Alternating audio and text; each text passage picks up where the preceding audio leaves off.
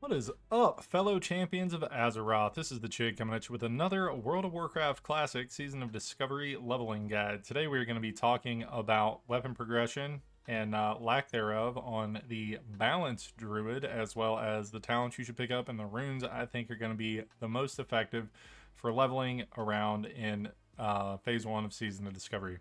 Before we get started, go and hit that like button, hit that subscribe button. Don't forget to hit the bell notification icon so you get notified every time I come out with a new video. And I got requested to make a Patreon, so I have a link to that down below. Don't forget, we are going to be playing on the East Coast PvP server, so if you want to roll over there with us, grab a link to the Discord, hop in, and let's get rolling tomorrow afternoon. Anyway, let's hop right into it. So, first things first. We got old Boomkin over here. We'll talk about her in a minute. I already have a video out about this for level 25 stuff, so let's go ahead and talk about the talents. So we have some really cool stuff coming around with the runes this time around. So firstly, let's do the talents, then we'll talk about the runes, and then we'll talk about why it's good, because it's going to be real evident why it's good while we're doing this. So first things first, improved wrath. 5 points. Just reducing the cooldown of wrath, or the cast time of wrath. It's going to be awesome. We're going to be just casting freaking cabbages like mad. It's going to be great. It's going to be incredible for leveling. It's going to make it feel really smooth, especially since it's going to be free. So you can get Nature's Grasp if you like. It's not a bad call to have. If you're going to be playing solo, it's probably a little better. If you're going to be playing with a group, though, wouldn't really worry about it. If you were going to be PvPing or you're going to be in a PvP realm, 100% pick that up. All right. Anyway, let's hop right on down to it. Natural Shapeshifter early on is not really going to benefit you as much as it will later on, because you're not going to be hopping in and out of a lot of different forms because you won't have Boomkin form yet. But you will be getting in and out of cat form. You'll be getting out of bear form on occasion. But for the most part, you're really not going to be doing a whole lot. So I wouldn't really worry about that early on. Natural weapons are going to do you no good because you're not going to be using your melee weapons at all. However, what I would suggest is picking up 5 points in improved Moonfire. So it increases the critical strike chance of your Moonfire damage and the damage of your Moonfire damage. So that's going to be great. 5 points in there. Omen of Clarity seems like it'd be a good idea, but let's read it real quick. Imbue the Druid with natural energy. Each of the Druid's melee attacks has a chance of causing the caster to enter clear casting state. Clear casting state reduces the mana, rage, or energy cost of your next damage or healing spell or offensive ability by 100%. Last 10 minutes. So we're not going to be in melee. We don't want this. This isn't going to help us out. Nature's Reach increases the range of your Wrath, Entangling Roots, Fairy Fire, Moonfire, Starfire, and Hurricane spells by 10%. This is going to be big game. So what I would do is I would put 2 points in Nature's Reach. Then I would throw 3 points in Improved Thorns. Increases the damage caused by your Thorns spell by 75%. Because, I mean, yeah, it's not huge, but, you know, Thorns is going to be helping if you're going to be getting hit, right? It's going to be great. And you get to put Thorns on your buddies. So if you're running around with one of your buddies and you're doing that, it's going to be awesome.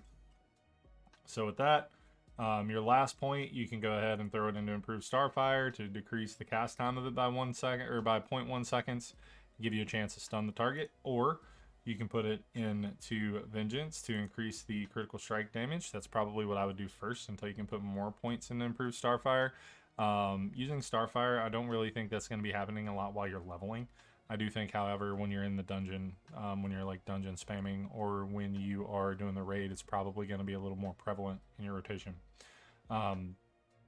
Something else you can do based on how things are going to work is you can put 5 points into Improved Wrath, and then put the rest of your points over here into Restoration. So throw 5 points into Improved Mark of the Wild.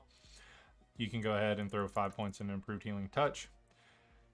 You get Improved Enrage, but why?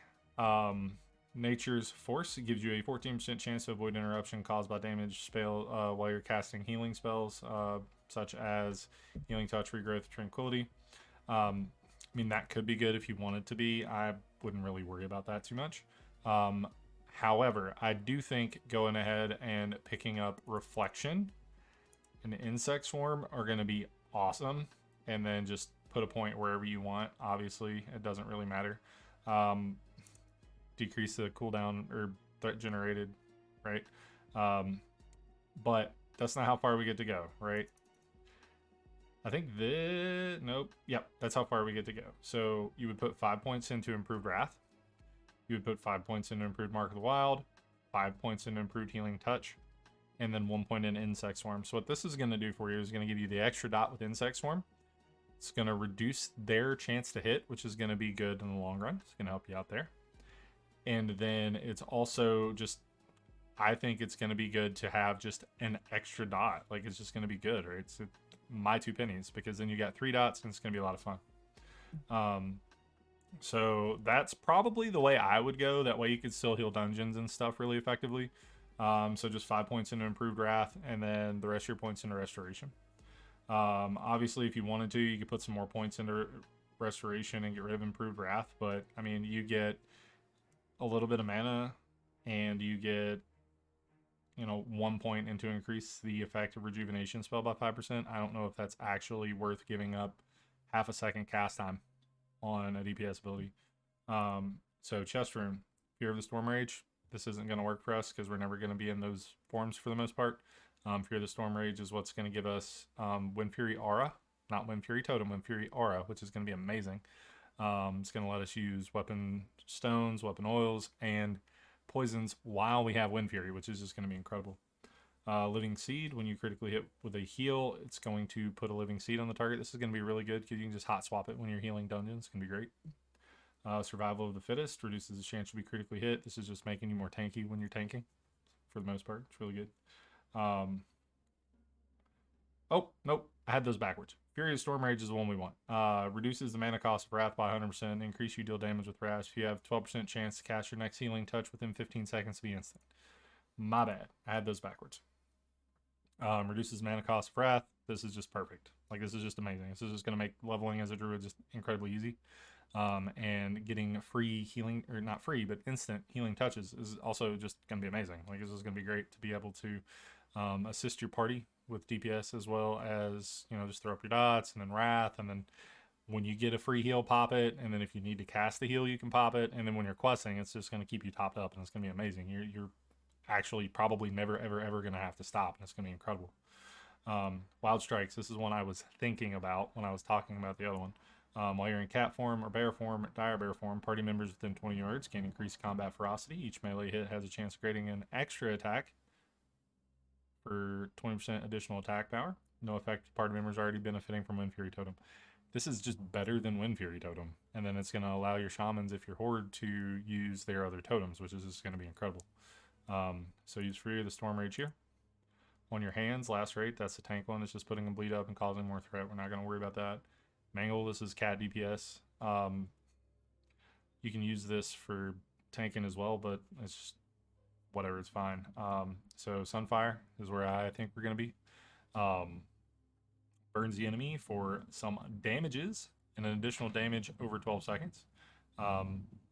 And you can use it in all forms, right? So if you want to dot some stuff up and then bear up and then, hot up, bear up, dot stuff. Like, you can do that. It's going to be awesome. Also, if you're in cat form, it's going to not only dot them up, not pull them to you, but it's also going to give you a combo point. And then this benefits from everything that will benefit Moonfire. So if you do go down the Boomkin tree early instead of the Resto tree, like I suggested, everything you do that's going to be doing the Moonfire stuff is going to be keeping up with you. I think my dog just came in here and I didn't see him. Okay. Anyway, moving on. So we're going to grab Sunfire in this slot, and then the leg slot. Got Life Bloom, reduces the global cooldown on your Rejuvenation and Life Bloom abilities by half a second, and you gain the Life Bloom ability. This is just going to be incredible for keeping your hots up. This is going to be awesome. Life Bloom heals the target. When Life Bloom completes its duration or is dispelled, the target instantly heals for 1%. And then the Druid regains half the cost of the spell. This cannot stack up 3 times on one target. It's just going to be great, right? Savage Roar, this is going to be for cats. It's just spinning blades, keep your DPS up. Skull Bash, this is going to be good in general. This is just going to be giving us an interrupt. We're going to be able to use this in, whatever forms, and it's just going to share a cooldown with Feral Charge. It's going to be really good. And Star Surge, this is what you're going to get for this. And then when you're healing, obviously, you're going to switch over to Life Bloom. Like, it's going to be really easy if you spec into Resto and you keep these up together, because you're just going to be able to switch runes when you need to, and it's going to be incredible. So, gain the Star Surge ability. Launch surging stellar energies that cause damage. Star Surge benefits from and triggers most talents and effects that benefit Wrath or Starfire. So, this is just going to be great. So when you go over here and you type in Star Surge, you can see that this skill is instant and has a 10-second cooldown. So this is basically going to be the only way you're spending your mana other than heals if you are going to be using Wrath in your dots. All right, so dots this and heals, and then your main filler is going to be Wrath, which is going to be free. It's going to be doing a lot of damage. If you go down the Boomkin tree, it's going to have a chance to stun. There's just going to be a lot of cool stuff going on with that. These are some really good synergies. Obviously, you can switch things out as you see fit. If you want to have a little more survivability, you can do a healer one. If you want to do something else, you can pop into something else. It'd be great, right? But that's about it for the most part. When it comes to gear, I would suggest, if you're going to do both healing and a DPS, that you get general spell power gear. So spell power goggles extreme is a good example. It just says increases healing and damage done by 21. Right, those are the kinds of things you want. Obviously, you can lean one way or the other. You can get more arcane damage. You can get more nature damage for Wrath. You can get more arcane damage for Moonfire. Like, however you want to play it, however you want to itemize your gear. But you want to have your stats in a row, right? Like, you want to make sure you're itemizing your stuff correctly. So you want some of the Eagle gear, so you have some more stamina and you have some more intellect. You want some of Arcane Wrath if you want arcane damage. You want of Nature's Wrath if you want nature's damage. Of healing if you want extra healing stuff. My 2 pennies is, if you have the opportunity, pick up some gear that is generalized spell damage and spell power, so you can do both. There's also nothing stopping you from mixing and matching, right? Do half and half, or have a set of gear in your bag, or have a set of gear in your bank, like whatever you have to do, right? But you'll be able to do both things, and I think it's going to be really incredible to be able to do it that way. Anyway, that's it for the Boomkin guide. Barrel's also going to be really good, but I think with Fury of the Storm Rage and being able to cast Wrath for free is just going to make all the difference in the world. And it's going to make it a lot different and a lot better for those of you who want to be throwing cabbages. Anyway, I'm looking forward to seeing you guys tomorrow. Don't forget to come hang out, join the guild, start the community. Let's get going, guys. See you guys tomorrow.